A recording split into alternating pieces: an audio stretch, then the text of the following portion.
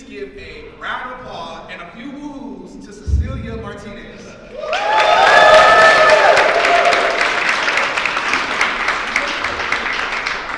Hello everyone, thanks so much for being here. There is a QR code on the screen. Hopefully you can see it. I'm going to be quiet for like 2 seconds. There's no captions blocking it. If you want to scan it, that's for the slides. And I will show it again at the end as well. All right, sweet. So I'm Cecellia Martinez. I'm a developer advocate for AppFlow. It is the mobile CI/CD platform built by Ionic. And a little bit more about me. You can connect with me on Twitter and GitHub at Cecellia Creates. You can also feel free to connect with me on LinkedIn if you prefer that platform. In addition to my work with Ionic, I am also the chapter head for Out in Tech, which supports the LGBTQ community. And so first day of Pride, so if you want any Out in Tech stickers or pins, there's also a social happening tomorrow. But we're on the end of the chapter here, and I have some members of the leadership team with me as well. But yeah, feel free to connect with me. I also am really interested in any kind of open source developer tools. I've previously worked at companies like Cypress and Replay, and so anything involving testing, debugging, and building applications. I'm here today to talk about mobile applications, specifically the process of getting your apps out to users. So show of hands, who here has deployed their app to an app store? Okay, cool. So some of you, but a lot of this will be, really informational for you today. So the thing about mobile deployments, and I come from a web development background. How many of you are web developers primarily? Okay, great. So you're gonna have a very similar experience that I did. So I come from a web development background, and web developers are pretty spoiled when it comes to our developer tooling and our automation processes. And then I transitioned to mobile, and I was honestly like, mobile devs deserve better. I'm so sorry, y'all. You don't have the best processes. And that's because mobile is very different from web for a lot of reasons. But the primary reason is that in mobile, the platform sets the rules. And when I'm talking about platform, I'm referring to Android or iOS. So essentially those platforms that you're developing have very stringent procedures and tooling that you have to use in order to be able to upload to app stores and deploy to your users. With web, we can do whatever we want. There's terrible web apps out there, and we can tool it ourselves. We can have tons of bugs. We set the rules, and we also control how those deployments take place. Another difference between web and mobile is the actual app that you're building, right? So for web, you're essentially building for a browser. You're building a web app for another piece of software to run. When you're building for mobile, you're building for hardware. You are actually compiling a native executable binary that's going to run on a device. That really changes the game in terms of the build process and the deployment process. And finally, again, with web, you can control your own updates, your distribution, you can choose your hosts and your servers. With mobile, you have to go through the app stores for most cases to end up reaching your users. And because of that, you have to play by their rules when it comes to the release process. So again, coming from that web background, getting to the mobile deployment process was a journey for me, and we're going to go on a bit of a journey today. And we're going to go on the journey of how you actually ship your app from code to release. There's a lot of steps in this process, but we're going to talk about these 5 major ones. The first is configuring your application, so preparing your code for distribution, and then compiling the signed native binary, then uploading that binary to app stores so that you can distribute to testers and test your application before finally deciding that it's ready for release, and then releasing that application out to users in the app stores. So as we go through this process, we're also going to talk about how you can ship React Native apps automatically. So according to the latest React Native user surveys, the vast majority of developers are still shipping their apps manually. They're going through a manual build process every time that they release. This is very different from web, and it definitely reduces the developer velocity. A lot of enterprise mobile developer organizations only ship 3 or 4 times a year because they have such manual complex processes. But there's a lot of benefits to automation. If you can incorporate automation into your mobile deployment processes, you can help reduce knowledge silos. You no longer have one person on the team that knows how App Store Connect works and nobody else touches it, right? You can share credentials and environments across different machines, so you can have ephemeral environments that are more secure. And then you can also, of course, improve your release velocity. Whenever you have automation and you're able to abstract away manual processes, you can release more frequently,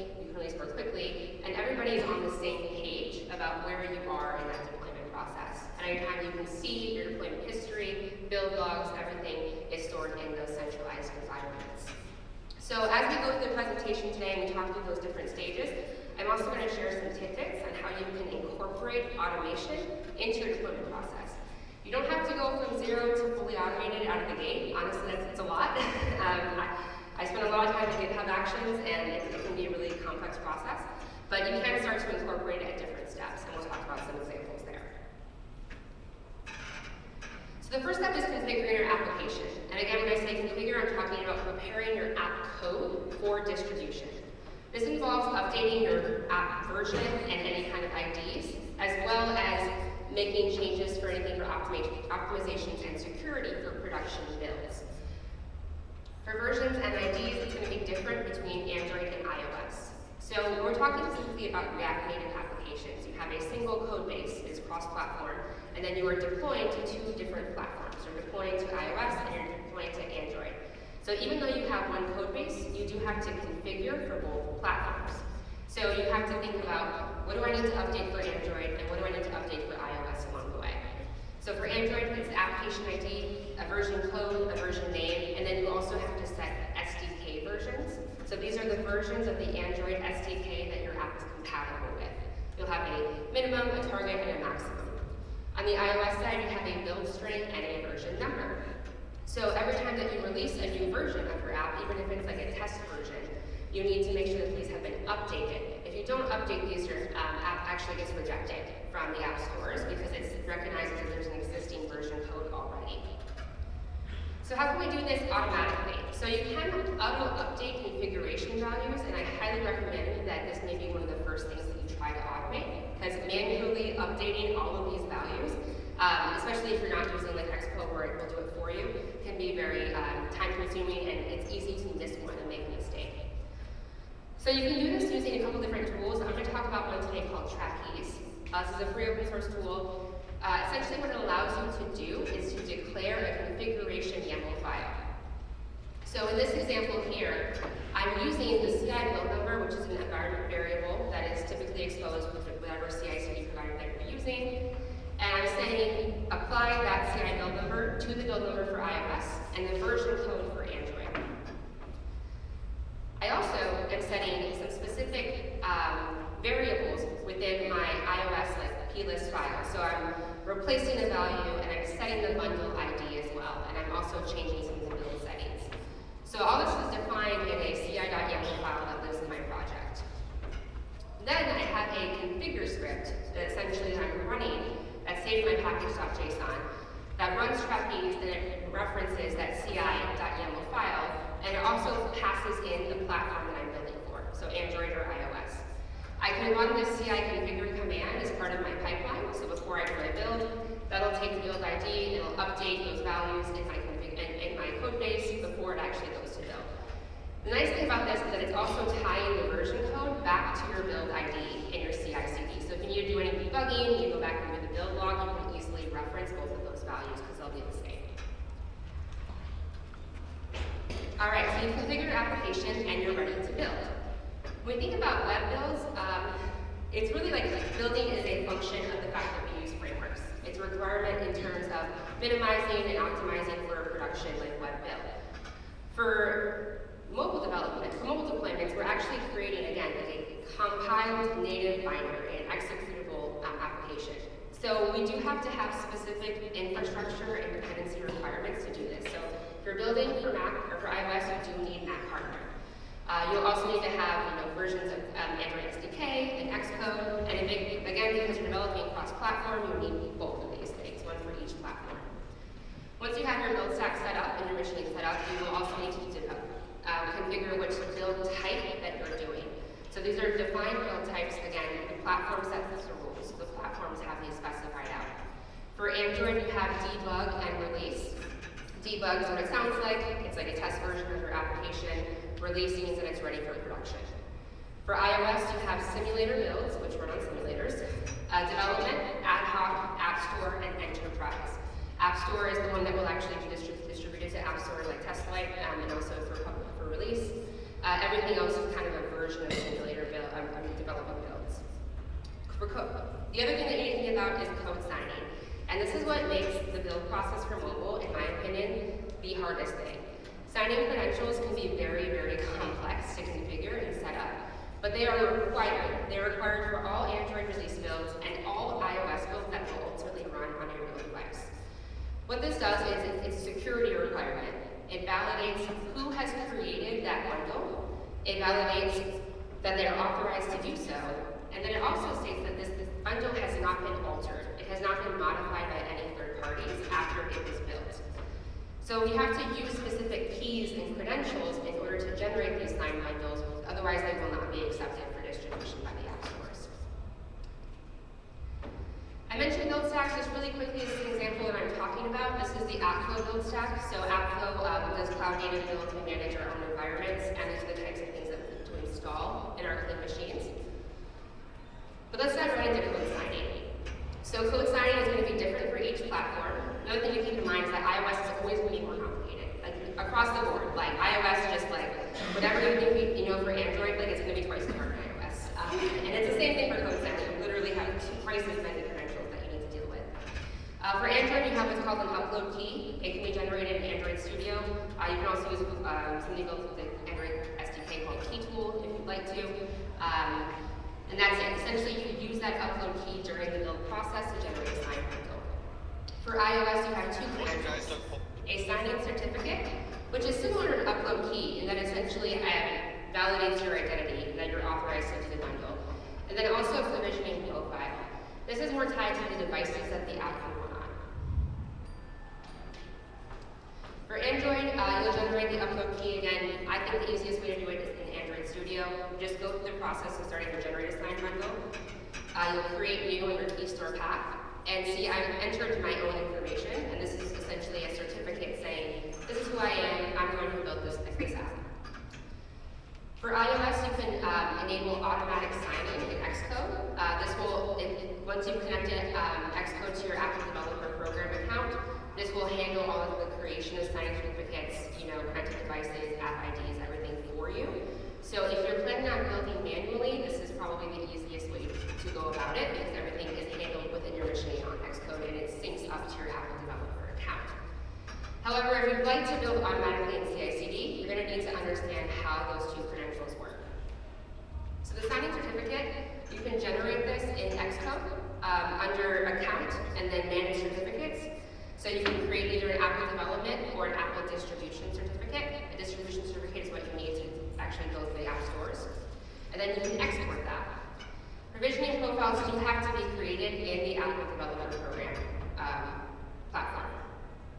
But once you have those have been exported, that makes it much easier to actually build in a CI/CD environment. So if you do want to build automatically, and this is probably one of the most complex steps to try and automate in a CI/CD environment, these are the steps that you need to think about. What is going to trigger the native build? So what triggers the workflow? How you install your dependencies or generate that build stack that you need. How you're going to apply the signing credentials to that environment. And then how you're going to upload the bundle artifact that gets generated so that you can use it somewhere else. So we're going to walk through an example in GitHub Actions of how to do this. So GitHub Actions is just like my CI/CD of choice. And this is us doing an Android debug build, probably the easiest workflow that you can think of for mobile deployment, right? So the first step that I'm doing is I'm just defining my trigger. This is a workflow dispatch. I typically will probably want to do an Android debug build, like if I need to debug something. And I'm running it on Linux, and I'm checking out my code base. And the next step, this is what I'm talking about when I say to build stack. So GitHub Actions runners actually come pre-installed with Android Studio and a lot of different developer tools, but you do need to configure it to ensure that you're using the right version of the Android SDK in Java. So here I'm setting up my JDK and I'm installing my dependencies for my React Native application. The next is I'm bundling the app. So React Native, you do have to bundle the application. That is actually what prepares the React Native code for the native platforms. And then I'm using Gradle to actually create the native binary. So the next command, I'm running the debug build using Gradle, where I'm cding into my Android directory, and then I'm running that Gradle assemble debug command. And finally, I need to upload the artifact. I'm going to make sure that it gets out of that ephemeral environment. And so here is where I'm using the upload artifact GitHub action to make sure that I can download that after it's been created. So one thing you probably noticed, one of the steps that's missing is the signing credentials, right? So for an Android debug release, you do not need to can generate that without signing. Once you do need to sign, it becomes much more complex. This is your build.gradle file inside of your Android app project. So you do need to configure this file to use the specific store password, key alias, key password, and the store file in your CI/CD environment. Because you can't store these like in your code base, right? So you have to be able to say, if I am in a local environment, use the things I have locally, but if I'm not, I need you to use my environment variables. The thing is one of these is a file. So because it's a file, you can't actually just reference that value. You have to encode that file as base64, then decode it in your pipeline, and then put that in the path where Gradle expects it to be in order to do that build. So this is for Android. For iOS, this is an example of what that process looks like. I'm not going to go through it step by step, but the link to the example is there. But here's what we're talking about, and that we need to essentially go through the process of decoding that base64, making sure it's in the right path, and then referencing that at the time of build. So because this is so complex, we really recommend using signing credentials quickly. It's going to make your life a lot easier. This is things like either pre-built steps or actions within your CI/CD provider, or using a cloud credentials management tool. There's one called Cecellia Match, which essentially stores all those credentials in an S3 bucket that you can reference during build time. And there's also tools like AppFlow. So AppFlow, for example, has a dashboard or a graphical user interface that allows you to upload these files, and then at build time, it just chooses it in the drop-down. So we apply it automatically to the environment at build time, so you don't have to configure those manually. All right, so you have your signed bundle. We're on step 2. This is, those are the 2 hardest steps so far, until we get to App Store approval. So now you want to upload and test your application. What this means is that you're actually uploading that compiled bundle that you just signed to the app stores. So you need to set up your App Store accounts. So you need a Google Play console account and an App Store Connect account. So remember I said that iOS is always twice as complicated? So for iOS, you need an Apple Developer Program account and an App Store Connect account. There are 2 different things tied to the same app ID. ADP lets you actually build, App Store Connect lets you upload. It's kind of 2 sides of the same coin, but both equally frustrating. And then you'll need to test your app. You can test it on real or virtual devices, both either automatically or manual. Most of you are probably going to do manual testing. That's just how, I think it's 80% of developers will just only do manual testing. And then you also need to use test tracks in order to get them out to your testers. Go through this pretty quickly, but essentially Google Play, you create your app, you'll go through a lot of security setup questions. Same thing in Apple App Store, you'll set up your app, and then you'll have a nice dashboard that you can see your versions and get that ready for release. On Android, you have 3 testing tracks. You have first internal testing that allows you to deploy your app to up to 100 testers. You can then promote to alpha testing, which is a wider audience, and then finally beta, which is actually listed in the Google Play Store, but it's marked as beta. On the iOS side, you have ad hoc builds, which allow you to deploy to up to 100 test devices, not users, it's different for some reason. And then you have Test Flight. Test Flight's a really cool program that allows you to distribute your app to a wider group of testers, either via email or public link.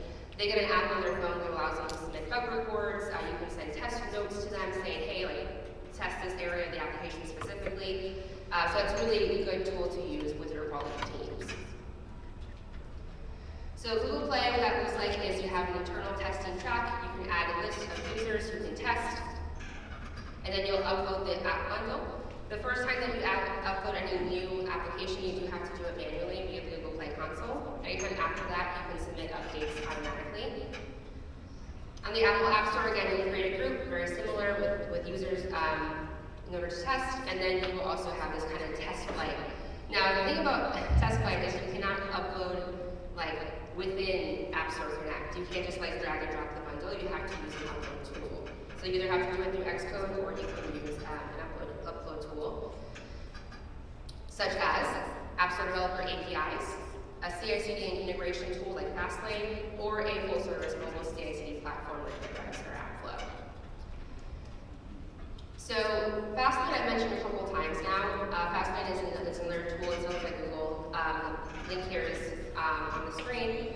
But what this is you define a fast file. It's like kind of YAML-y, but it's not. It's like its own syntax, but you're defining out lanes and then steps that take place that are then and then orchestrating your CI/CD platform. It gives you some various tools that are all mobile specific. We actually just passed that into the App flow. And so this is an example of how we abstract that away. In App flow, we have a dashboard that you can build out automations. So we say whenever I push to my main branch, build an iOS build. Using the App Store build type, my release signing certificate, and then deploy that to test flight automatically. So once that has been built out, it will automatically go through that process every time, and then my new version of my app is in test flight, ready to be deployed to my testers. Okay, so we talked about actually getting out to testers. What about getting it out to users? In order to do that, you're going to have to get approved by the app stores. Who here has had an app rejected from the app store? Okay, so basically everybody earlier who said they pushed their app to an app store has been rejected. It is a rite of passage. It's kind of like everybody gets rejected at the first, second, maybe third time. So you do have to go through a review period. If you get rejected, you have to resubmit. So that can really slow down your velocity if you do get rejected from the app store. You also want to think about how you're going to continue to support that version once it's been released forever, or until you force somebody to upgrade.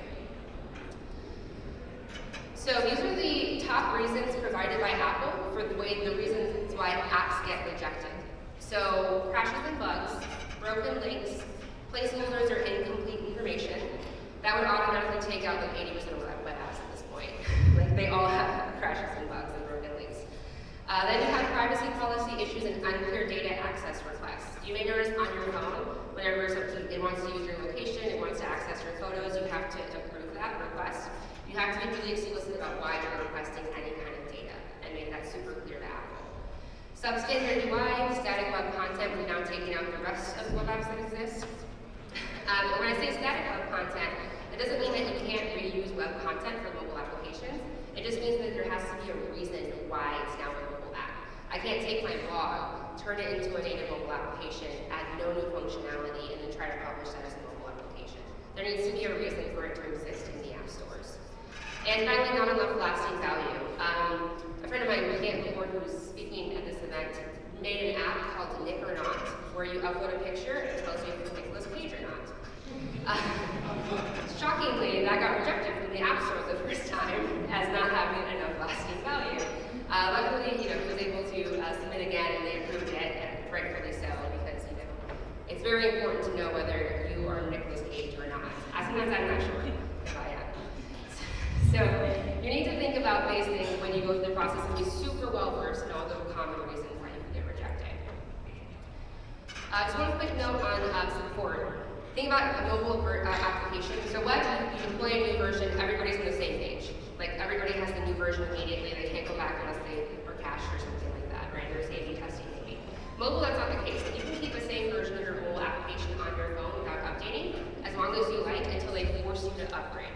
That means if you make any changes to your backend, to your API, and any of the services that you're using, you need to ensure that those changes are still going to work with those older versions of your app that are still out there. Like my Aunt Judy probably has zero idea how to update an app on her phone. Like I'm sure she's using like Dunkin' Donuts 1.0, So she needs to know, like we need to make sure that she can still like order her coffee if we make changes to the back end. You can do forced upgrades, but you want to use those sparingly because it can be a negative user experience. And there's also going to be very device-specific considerations to that as well. All right, so coming towards the end here, I mentioned a lot of different types of tools that you can use. At a high level, these break into 3 categories. You can either leverage your existing CI/CD platforms that you use for web, and then integrate mobile-specific developer tooling as needed. So kind of mix and match, use a little Fastlane here, a little Firebase app distribution there. You can also use a platform or framework-based solution, so a React-specific solution or an Xcode-specific solution. Or you can use an all-in-one mobile platform. These are multi-function, multi-platform, multi-framework supports in a single platform designed for mobile. Some considerations to keep in mind: the DevOps expertise on your team. Do you want to have to manage all this yourself or not? whatever existing infrastructure that you have that can be re-leveraged, and then the platform and framework usage and admin organization. All right, so thank you so much. Again, the QR code is on the screen if you'd like to grab these slides, and I will be in the QA room to answer any questions. I know there was a lot today, but hopefully you can take some of this back and start automating your